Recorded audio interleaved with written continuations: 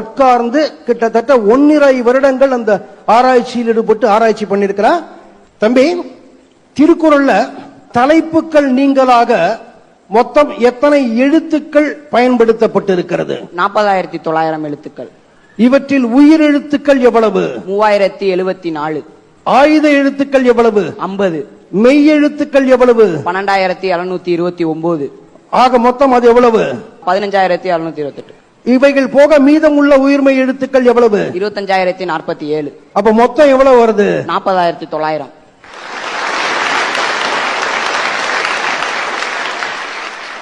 உயிரெழுத்துக்களில் அதிகமாக வரும் எழுத்து எது? ஆ 802 முறை வந்துள்ளது. 802 முறை, ரைட். உயிரெழுத்துக்களில் குறைவாக வரும் எழுத்து எது? ஐ 16 முறை வந்துள்ளது. திருக்குறளில் பயன்படுத்தப்படாத எழுத்து எது? ஔ. வள்ளுவர் பயன்படுத்தலையா? அதுக்கு பதிலாக ஆ யு என்றுதான் பயன்படுத்தியுள்ளார். ஔன்னு பயன்படுத்தாம ஆ யுன்னு பயன்படுத்தி இருக்கிறார்.